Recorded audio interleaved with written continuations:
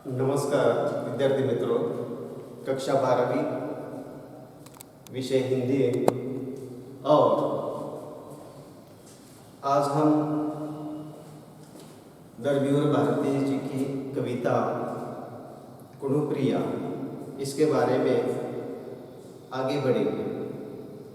इसके पूर्व हमने इस कविता के पहले सर्ग को लेकर देखा था और उसमें सेतु में इस सर्ग के माध्यम से जो राधा है वे अपने व्यथा श्री कृष्ण के सामने कैसा रखती है। यहाँ श्री कृष्ण उपस्थित नहीं है, फिर भी अपनी भावनाएं पहले इस सर्ग में अभिव्यक्त करती हैं। तो इसके आगे आज हमें जाना है और अगला जो सर्ग है अमंगल छाया। इस कविता का अगला सर्ग अमंगल छाया, इसके बारे में आज देखना चाहेंगे। तो पहले इस दूसरे सर्ग के बारे में, अमंगल छाया के बारे में, यहाँ जो काव्य पंक्तियाँ हमारे सामने है अध्ययन करके ही उस काव्य पंक्तियों को लेकर पहले देखेंगे। घाट से आते हुए कदम के नीचे खड़े कुणु, घाट से आते हुए कदम के नीचे खड़े कुणु को ध्यान मग्न देवता समझ प्रणाम करने, ध्यान मग्न देवता समझ प्रणाम करने, जिस राह से तू लौटती थी बावरी, जिस राह से तू लौटती थी बावरी, आज उस राह से न लौट। तो देखिए इस सर्ग की कुछ पंक्तियों को लेकर हम पहले देखेंगे। कदम यानी एक सुंदर वृक्ष का नाम है। कुणु यहाँ जो प्रयोग किया गया है कान्हा अथवा कृष्ण, बावरी यानी पगली, लौटना यानी आना। इसी प्रकार ये इस पंक्तियों के बीच के कुछ कठिन शब्द हैं। अब देखिए कि धर्मवीर भारती जी ने इस अगले सर्ग में ये जो राधा है, राधा के मानसिकता का यहाँ चित्रण हुआ है। यहाँ कुणु उपस्थित नहीं है, कुणुप्रिया इस कविता में। तो यहाँ राधा अपने अवचेतन मन और चेतन मन इन दोनों को लेकर सोचती है। और ये पूरी कविता आपको मालूम है कि महाभारत के पृष्ठभूमि यानी इसका संदर्भ महाभारत की पृष्ठभूमि है। श्री कृष्ण तथा राधा इनके बीच का स्नेह सभी को ज्ञात है, लेकिन महायुद्ध के इस महानायक के रूप में श्री कृष्ण जब राधा से दूर चले जाते हैं तब अपने प्रिय के विछोह में, अपने प्रिय से बिछड़ जाने के बाद राधा की जो अवस्था है, मानसिकता है, इस पंक्तियों में चित्रित हुई है। इसलिए घाट से आते हुए कदम के नीचे खड़े कुणु यानी श्री कृष्ण, तो राधा अपने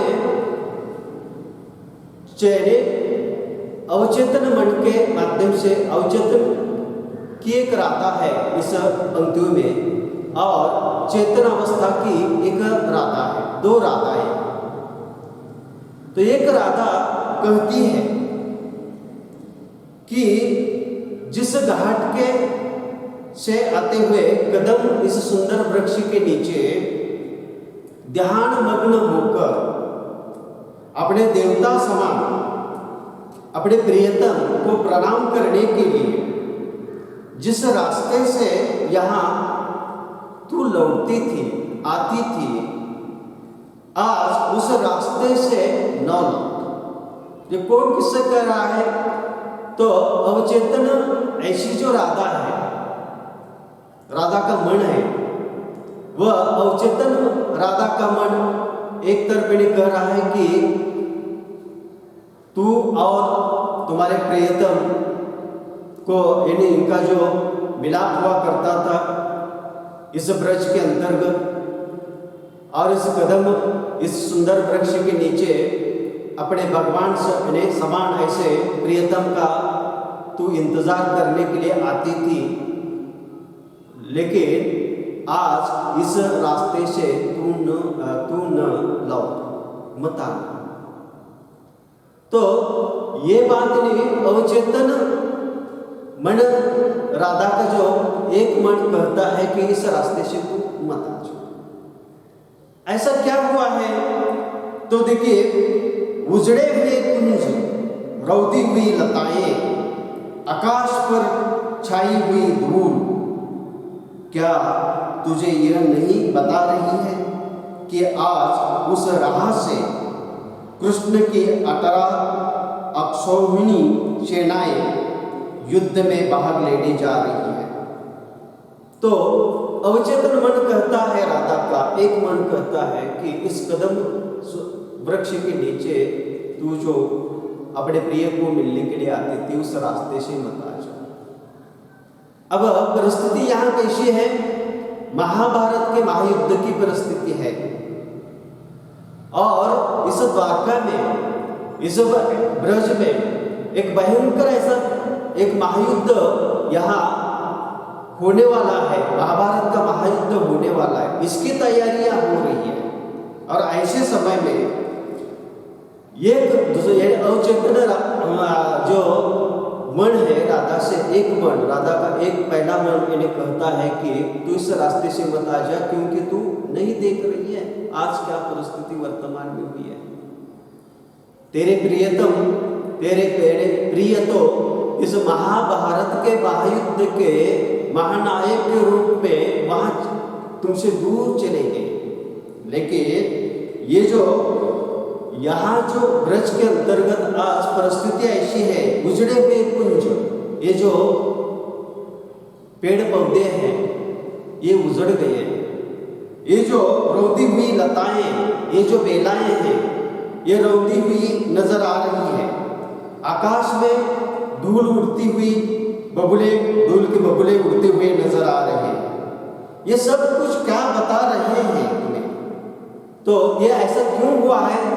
यहाँ का एक वातावरण कैसा युद्धमय ऐसा वातावरण हुआ है, और यहाँ ये जो सारी सेनाएं हैं ये किसकी? तुम्हारे प्रिय श्री कृष्ण की सेनाएं कितनी हैं? 18 अक्षौहिणी सेनाएं, जो कि औक्षणे चतुरंगिणी सेना ऐसा कहा जाता है उसे। और विद्यार्थी मित्रों, औक्षौहिणी सेना के अंतर्गत कितने सैनिक होते हैं, कितने रथ होते हैं, कितने घोड़े होते हैं, इसका एक परिमाण होता है। और इसमें एक अक्षौहिणी सेना किसको कहा जाता है? तो पैदल चलने वाले 1,09,350 ऐसी जो सेना। दूसरी बात नहीं, इस अक्षौहिणी सेना के अंतर्गत 65,610 घोड़े होते हैं। फिर रथ की जो संख्या होती है 21,870 होती है, और हाथी की जो संख्या होती है 21,870 होती है। और ये सब मिलकर एक अक्षौहिणी सेना ऐसा कहा जाता है। और यहाँ इस महाभारत के युद्ध के लिए ये जो सेना का यहाँ आना जाना हुआ है, इसके कारण ये जो तुम्हारा लता कुंज है, ये जो यहाँ ब्रज है, यहाँ सब कुछ आना जाना इन रथों का है, इन घोड़ों का है, इन पैदल सेनाओं का है। इसके कारण यहाँ का जो ये बगीचा रूपये ऐसा है, जो यहाँ का वातावरण था ये तहस महस हो चुका है। देखती नहीं है तू उसी को, क्योंकि यहाँ 18 अक्षौणी सेना युद्ध में भाग लेने जा रही है और आज उस मत से अलग हटकर खड़ी हुई बाव गई। इसीलिए राधा का अवचेतन मन कहता है कि इस कदम वृक्ष के नीचे मत आओ, क्योंकि आज का ये जो वर्तमान है, वातावरण है, ये युद्धमय ऐसा हो चुका है। जिस कुंज के, जिस कदम वृक्ष के नीचे अपने प्रियतम को मिलने आती थी राधा, वहाँ का वातावरण युद्धजनक ऐसा हो चुका है, तहस बहस होने वाला ऐसा वातावरण हो चुका है। धूल उड़ती नजर आती है, रथ भागते दौड़ते नजर आते हैं। ऐसे में ऐसे रास्ते से तू बावरे पगली मत खड़े या मत आ जा। लता कुंज की ओट छिपा ले अपने आहत प्यार को आज इस गांव से। लता कुंज की ओट छिपा ले अपने आहत प्यार को आज इस गांव से। द्वारिका की युद्ध उन्मत्त सेनाएं गुजर रही है। मान लिया कि कनु तेरा सर्वाधिक अपना है, मान लिया कि तू उसके रोम रोम से परिचित है, मान लिया कि ये अगणित सैनिक एक एक उसके हैं, पर जान रख कि ये तुझे बिल्कुल नहीं जानते, पथ से हट जाओ। युद्ध उन्मत्त ऐसा एक शब्द है, इसका अर्थ है युद्ध के नशे में चूर सेना। अगणित ऐसा एक कठिन शब्द है जिसकी गिनती न हो जाए। जान रख ऐसा एक शब्द प्रयोग यहां हुआ है, तो जान रख का अर्थ है जान लेना। तो ये पूरा अमंगल छाया चारों तरफ फैल चुके हैं इस वृक्ष के अंतर्गत।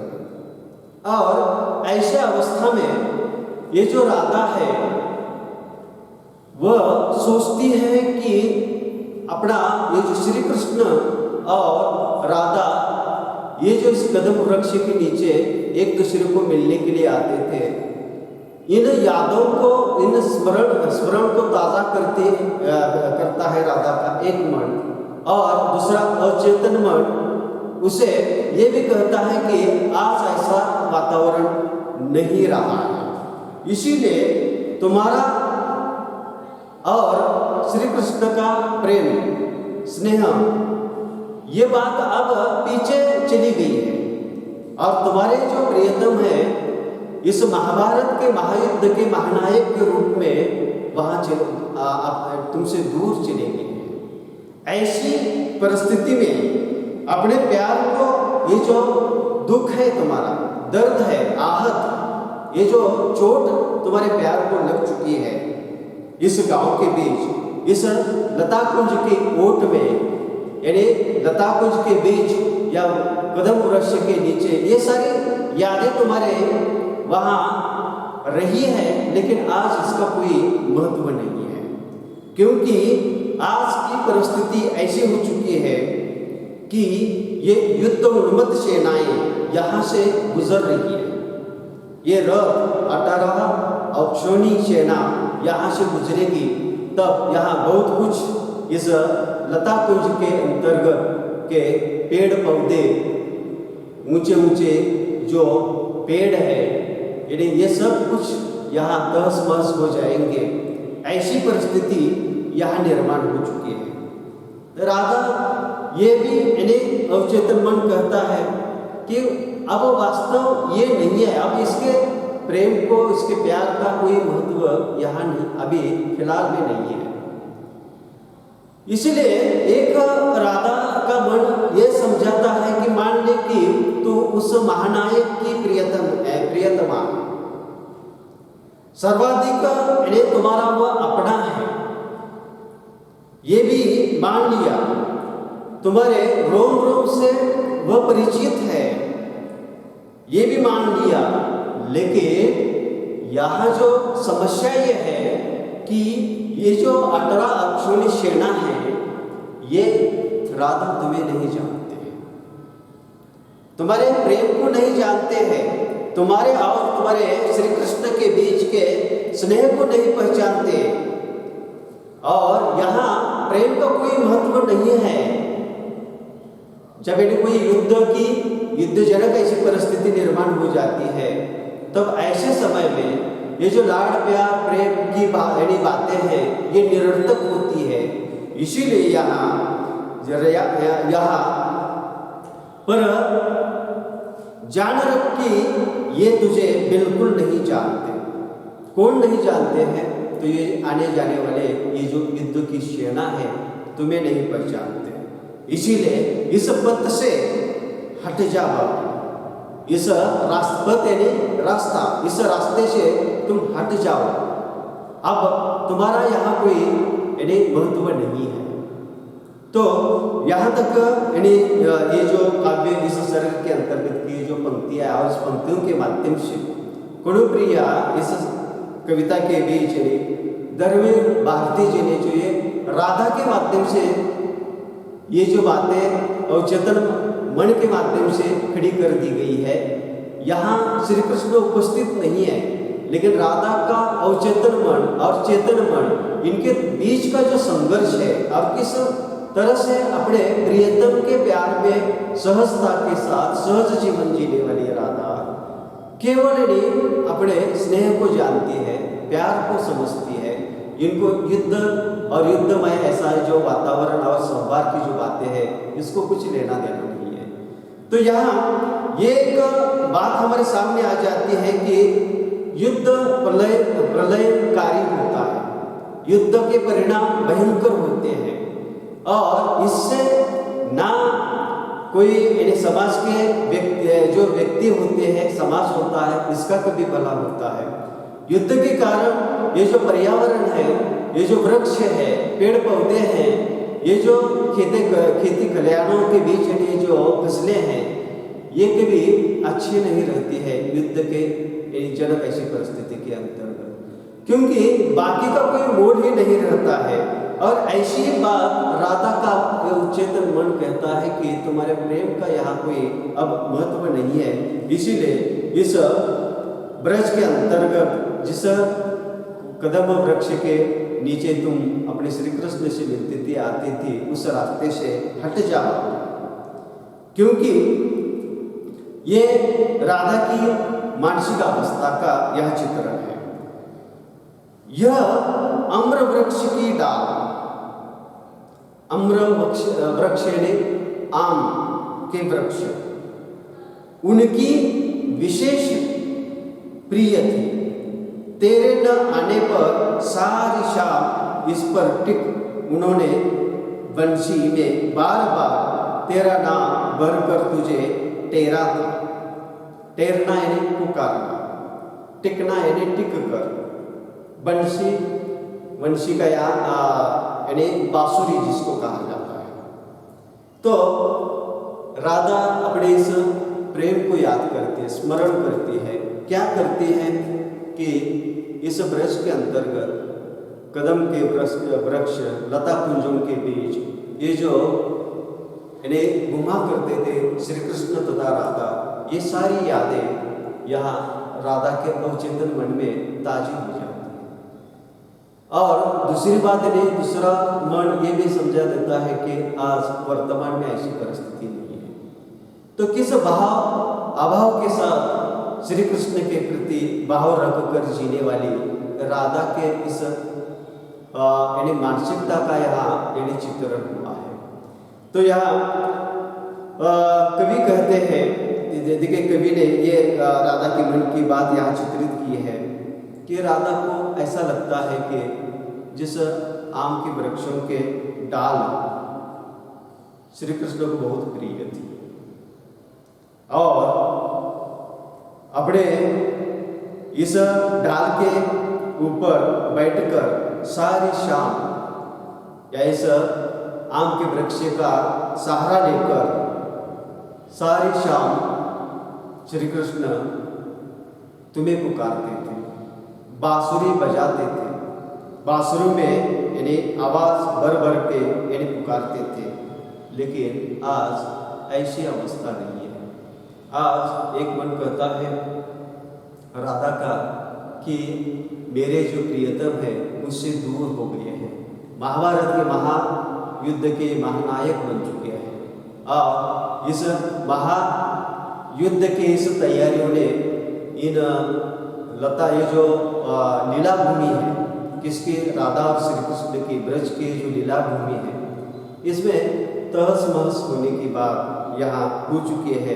इस बात को राधा अवचेतन मन के माध्यम से फिर इन्हें समझने की कोशिश करती है। आज ये आम की डाल सदा सदा के लिए काट दी जाएगी, क्योंकि कृष्ण के सेनापतियों के वायु वेगगामी रथों की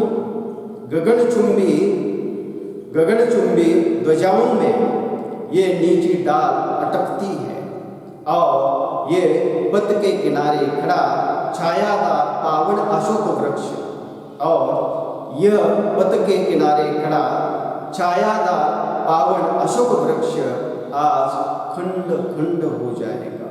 तो क्या यदि ग्रामवासी सेनाओं के स्वागत में तोरण नहीं सजाते तो क्या सारा ग्राम नहीं उजड़ दिया जाएगा।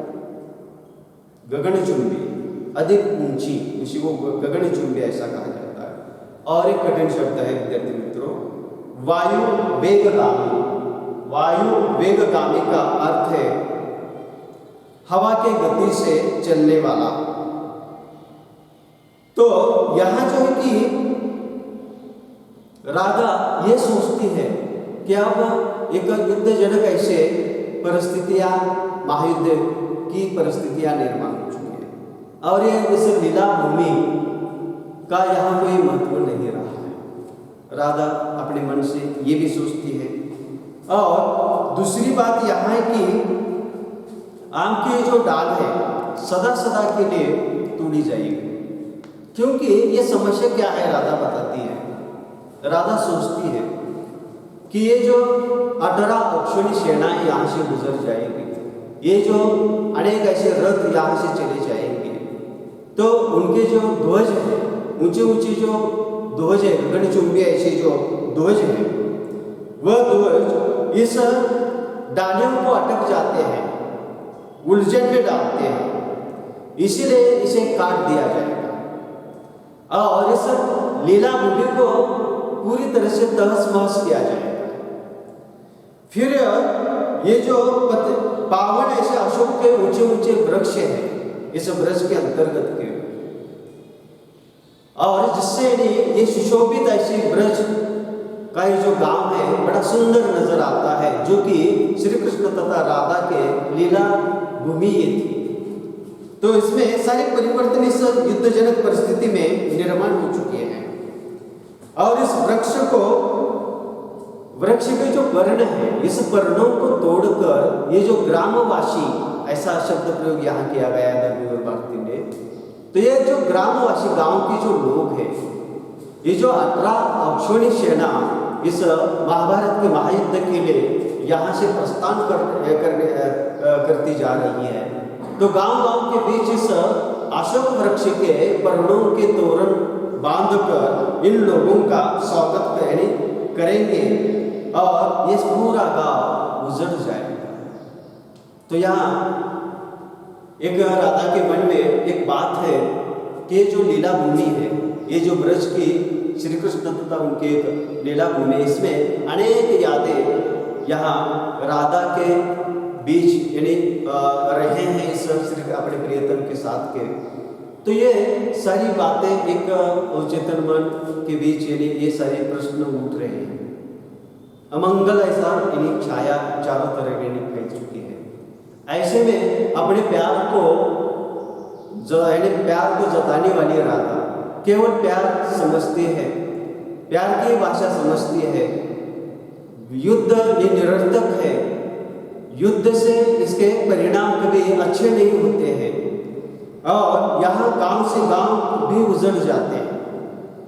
तो आधुनिक युग के अंतर्गत का जो मूल्य है क्या है, धर्मी और भारती क्या बताना चाहते हैं?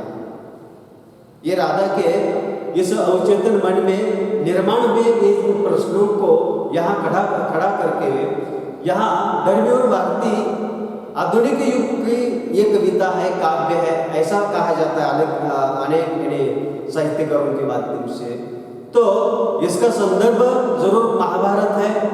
इस गुणप्रिय के बीच का जो गुणप्रिया है, ये जो है राधा के मानसिकता को अभिव्यक्त करने वाला ये काव्य है।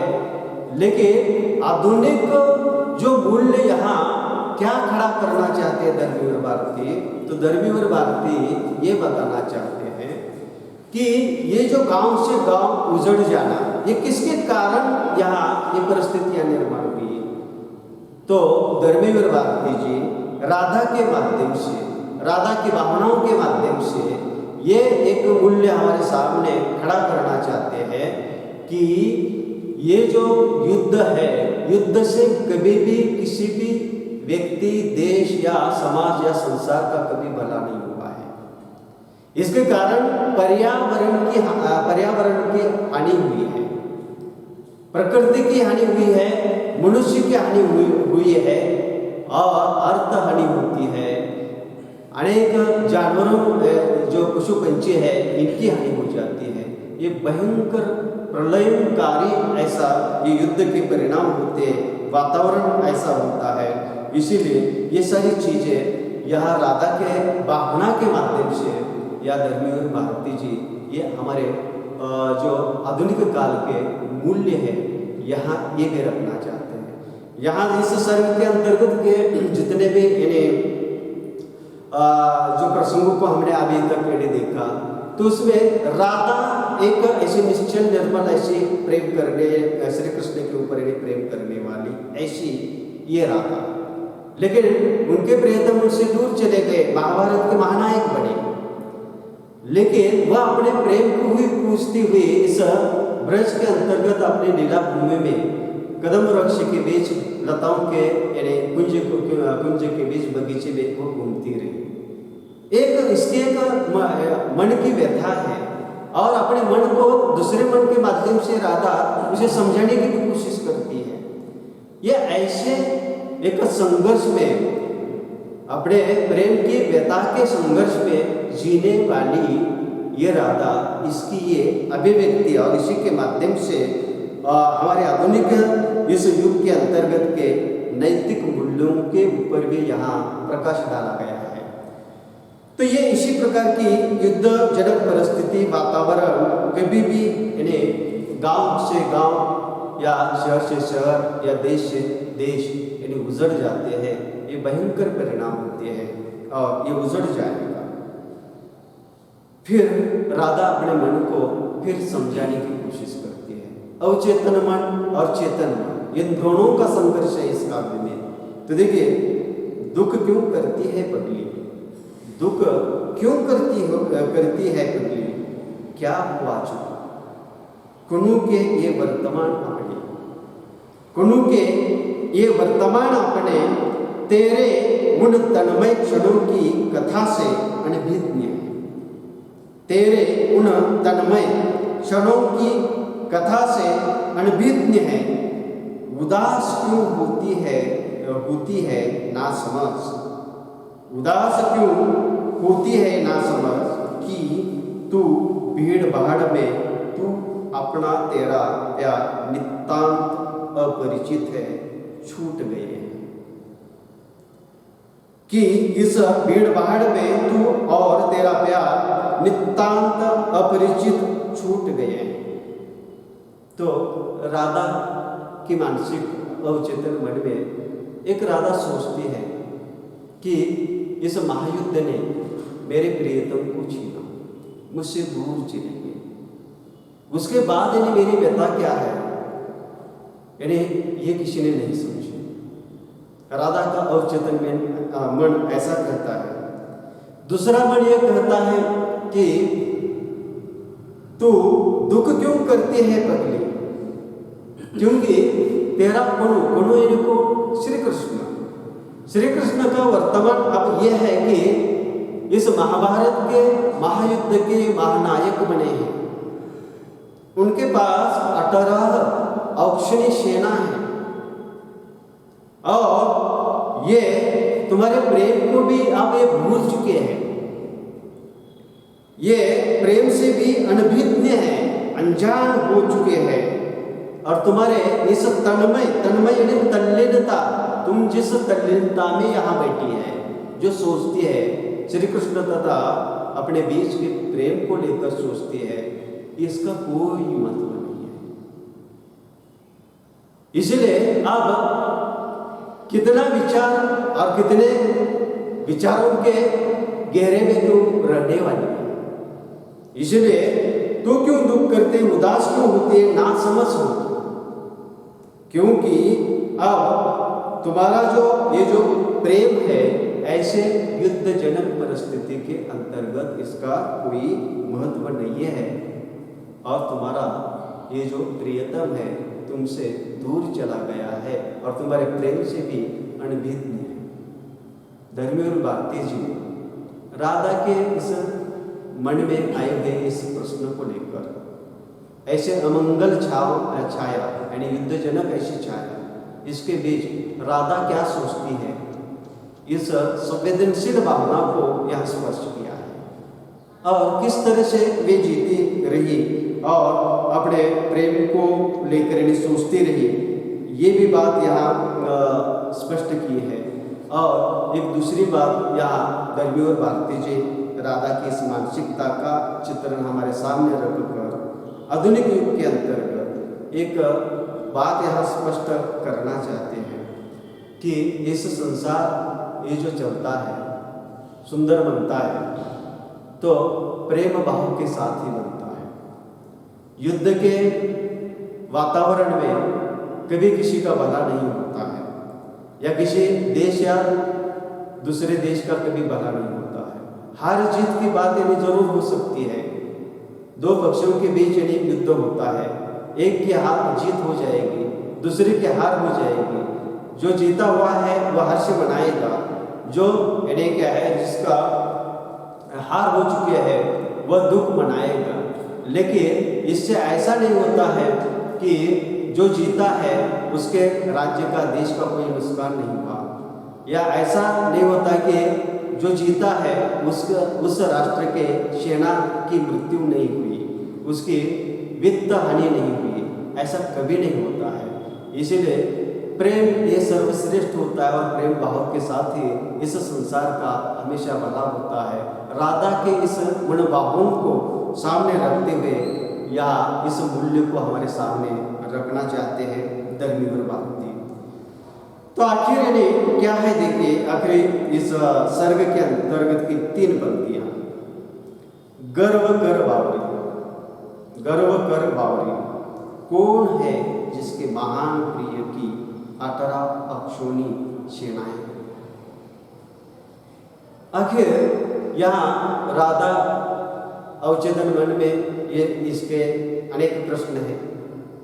चेतन मन में फिर एक दूसरे विचार आते हैं कि किस प्रिय के पास 18 अक्षोणी सेना है दुनिया में। तू गर्व कर इस बात को लेकर, तुझे दूसरा मन कहता है राधा से कि तुझे अभिमान होना चाहिए।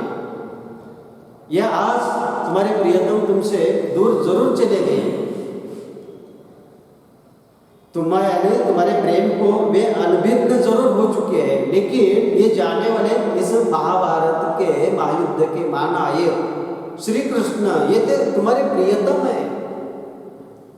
इस बात का गर्व कर तू बावरी पगली है, क्योंकि ऐसा महान प्रियतम ये तुम्हारा है जिसके पास 18 अक्षोणी सेना जिसके पास है।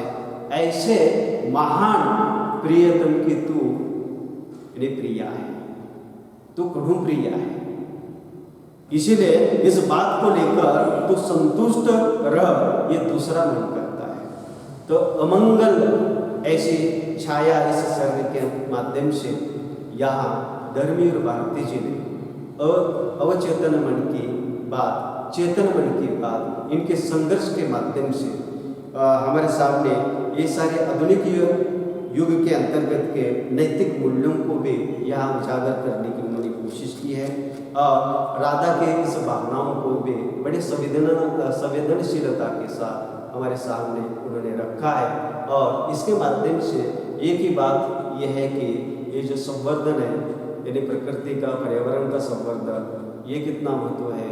प्रेम भाव के साथ ही समाज, देश और संसार की हमेशा उन्नति हुई है। और युद्ध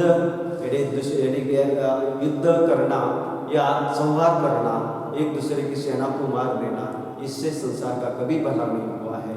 ये सुंदर बात इस राधा की भावना के साथ माध्यम से यहाँ कवि डॉक्टर धर्मेंद्र भारती जी ने हमारे सामने रखी है। तो विद्यार्थी मित्रों, ये अमंगल छाया इस स्वर को लेकर ये सारा विश्लेषण मैंने आपके सामने किया है। इस कविता का अगले जो दो सर्ग है, ये अगले भाग में हम देखेंगे। धन्यवाद।